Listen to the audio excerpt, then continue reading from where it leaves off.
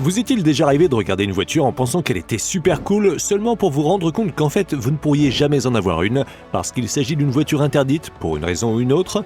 Il peut s'agir d'une voiture concept interdite à la fabrication, parce qu'elle est trop puissante, tout comme une carrosserie un peu trop voyante pour être affichée en ville. Quelle qu'en soit la raison, certaines voitures sont totalement absentes du marché, et elles peuvent même parfois être interdites par la loi, que vous vouliez en acheter une ou en conduire une. La Lamborghini Diablo Strosek est une voiture extrêmement chère et rare qui a été totalement repensée par un adepte du tuning du nom de Vittorio Strosek pour des clients extrêmement riches qui voulaient modifier le look de leur Diablo.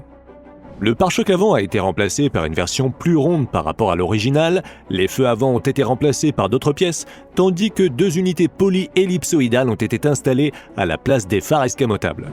Les rétroviseurs originels ont été modifiés et ont été placés sur les portes en hauteur, tandis que l'aileron arrière a été intégré entre les feux arrière et peut être ajusté pour avoir plus ou moins de force au sol. D'autres modifications ont également été réalisées. Des prises d'air latérales à côté des roues arrière et le pare-choc arrière qui comprend maintenant un pot d'échappement double. Les roues magnésium 18 pouces viennent parfaire le tout. Peu d'ajouts ont été faits à l'intérieur et on ne trouve rien sur des modifications éventuelles au moteur d'origine.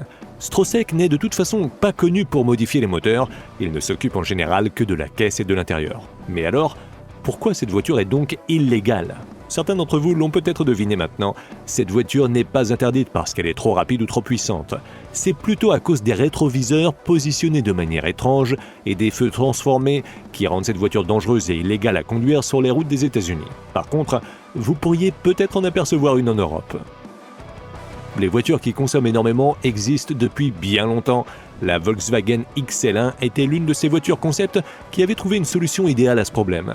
Elle pouvait être conduite sur 380 km avec à peine 4 litres d'essence. Même si son aspect n'a rien de neuf et qu'elle a été introduite sur le marché en 1999, c'est en 2002 que Volkswagen a construit son premier prototype de voiture 1 litre.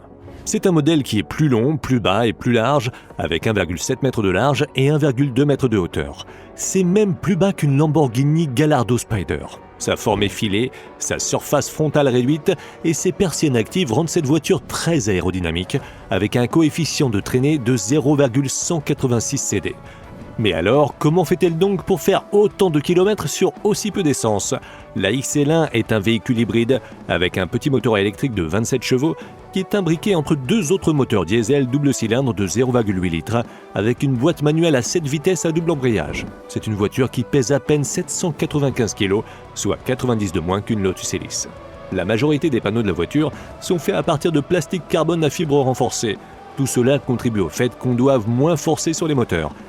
Tout cela a l'air très beau, 380 km avec 4 litres d'essence, c'est super, et cette voiture devait normalement entrer en production en 2013, mais on dirait que ça n'arrivera pas. Cela pourrait être dû à son incroyable efficacité à économiser de l'essence, ce que les grandes compagnies pétrolières n'apprécient pas vraiment. Ce genre de société contrôle probablement de très près tout ce qui se fait au niveau de la production automobile.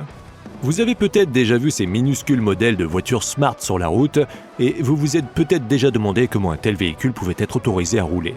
Eh bien, les choses ont récemment changé. Les États-Unis sont très stricts en termes de quels véhicules sont autorisés à rouler sur la route et toutes les voitures doivent passer un examen de sécurité. Quand on a une Smart Crossblade, c'est un peu comme si on avait la moitié d'une Smart et il n'y a pas de quoi s'étonner lorsqu'on sait que cette voiture a été interdite aux États-Unis. La Crossblade comporte un moteur 3 cylindres de 70 chevaux et 99 Nm de couple, ainsi qu'une boîte manuelle à 6 vitesses qui lui permet de faire 71 km avec 4 litres d'essence. Elle n'a pas de toit et comporte une barre au lieu d'une porte pour maintenir ses passagers bien en place. On n'a donc pas besoin de vous expliquer à vous, notre auditoire estimé, que cela offre assez peu de protection en cas d'accident. Mais ne pensez même pas pouvoir garder les insectes hors de votre visage, la voiture n'a pas non plus de pare-brise, ce qui rend la voiture encore plus dangereuse que vous ne pourriez le penser si vous la conduisez sur des routes encombrées. Imaginez un peu le choc d'un tout petit caillou sur votre front alors que vous roulez à 60 km/h, ce qui représente la moitié de sa vitesse maximale, 120 km/h. Mais seule la Smart Crossblade n'a pas été interdite aux États-Unis. La Fortwo électrique, le seul modèle de Smart autorisé aux États-Unis, a également été mise à l'arrêt. La production de ce modèle y a été interrompue en 2019. Mais ce n'était pas parce qu'il s'agissait d'une voiture dangereuse. En réalité, la Smart de base réussissait très bien sous tous les tests de sécurité. La raison qui explique que cette voiture ne soit plus disponible aux États-Unis, c'est que seulement 1276 Smart ont été vendus aux États-Unis en 2018. Mais les ventes vont continuer jusqu'à ce que tout le stock soit écoulé. Alors si ce modèle vous fait envie, vous pourriez très bien vous retrouver aux commandes d'un véhicule rare qui n'est plus fabriqué aux États-Unis. La Lotus 340R de 2001 est probablement la plus belle voiture qui existe sur cette planète. Seuls 340 modèles ont été construits en tout et ils ont tous été vendus avant même d'avoir été construits. La 340R est une machine compacte avec un pont arrière équipé d'un large aileron et avec un système d'échappement en acier inoxydable entièrement exposé en dessous. Basée sur l'hélice, la 340R comporte un moteur 1,8 litres avec 4 cylindres en ligne produisant 177 chevaux à 7800 tours-minute et 171 Nm de couple à 5000 tours-minute. On n'a pas l'impression de parler d'une voiture vraiment puissante avec ses petits 673 kg, mais c'est presque le même ratio de puissance par rapport au poids qu'une Ferrari 360 Modena. Elle peut passer de 0 à 100 km/h en seulement 5 secondes. Lors de la production de cette voiture, on n'avait en fait pas l'intention de l'exporter vers les États-Unis, même si les 340 modèles avaient été réservés. Et même si on avait voulu le faire, il serait difficile de l'y faire rouler de manière légale. La voiture ne comporte pas de toit et son pare-brise est inefficace passé les 130 km/h tant le vent engendre des vibrations à cette vitesse. Et n'oublions pas ce joli échappement rutilant sous l'aile arrière. Si quelqu'un avait le malheur de le toucher, il y laisserait un peu de sa peau. C'est une voiture qui est très réactive, très puissante, seuls les conducteurs expérimentés sauront la conduire. Elle emprunte beaucoup de ses composants au Tamora d'entrée de gamme. La TVR T350 a été conçue pour démarrer une nouvelle série de voitures de course. Sa caisse en verre renforcée a permis de ramener le poids du véhicule à 1187 kg et au fur et à mesure de l'évolution de sa conception, on s'est rendu compte que cette voiture serait aussi idéale à conduire en ville. Ce petit roadster de porte fut seulement fabriqué entre 2002 et 2006 et il comporte un moteur TVR 3,6 litres 6 vitesses qui dégage 350 chevaux, ce qui a donné son nom au modèle. Conduire l'une de ces voitures peut être une expérience effrayante et c'est peut-être ce qui a mené à l'interruption de leur production. Si vous allez aux États-Unis, vous ne verrez jamais l'une de ces voitures, elles y ont été interdites en raison de leur manque de sécurité. Au premier coup d'œil, la Nissan Figaro de 1991 ressemble à une voiture qui aura été fabriquée dans les années 50 ou 60. Mais cette petite voiture rétro a en fait été construite avant les voitures rétro de Volkswagen, Ford, Mini ou Chevrolet. C'est au Motor Show de Tokyo de 1989 que cette petite voiture a été lancée. Tout le monde en voulait une à l'époque. Nissan mit la Figaro sur le marché le 14 février 1991 et elle fut limitée à 20 000 unités. Il y a tellement de demandes pour la voiture qu'une loterie dut être mise en place. Cette voiture consiste en fait en un coupé convertible de place sur le châssis de la Nissan Micra K10. Le toit convertible est rétractable et se plie pour entrer dans le coffre et les panneaux de la voiture sont faits en résine thermoplastique. À l'intérieur, tout est recouvert de cuir blanc, y compris les sièges, et une peinture spéciale a été utilisée sur le tableau de bord pour le rendre doux. Le Figaro comporte une version 1 litre turbochargée des moteurs 4 cylindres de Nissan. Elle dégage 76 chevaux et 103 Nm de couple. Sa boîte de vitesses est une 3 vitesses automatique. Rien ne laissait présager la petite taille de cette voiture. Si vous le vouliez, vous pourriez même l'emmener sur un cours de golf. Mais cette voiture n'a en fait jamais pu atteindre les États-Unis. Elle n'a pas réussi à passer les tests de sécurité.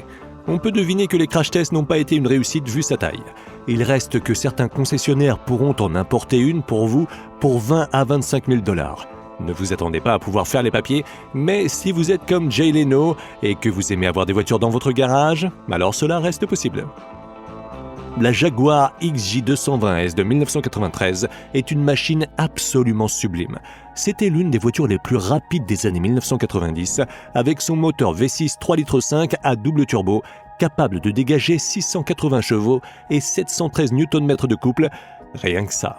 Pas mal pour un moteur V6. Seules 6 versions de la XJ220S furent produites. Composée principalement de fibres de carbone, excepté les portes, cela ne correspondait pas du tout à l'aluminium des XJ220 d'origine. La seule raison qui explique que cette voiture ait été interdite aux États-Unis, c'est à cause de la vitesse impressionnante à laquelle elle pouvait aller. Chose intéressante, on a découvert une rumeur selon laquelle l'une de ces voitures serait en fait arrivée aux États-Unis. Et en essayant de retrouver sa trace, on a trouvé un vieil article de janvier 2012 sur Motor Authority qui disait que l'une de ces voitures ultra rares était mise aux enchères par RM Auctions.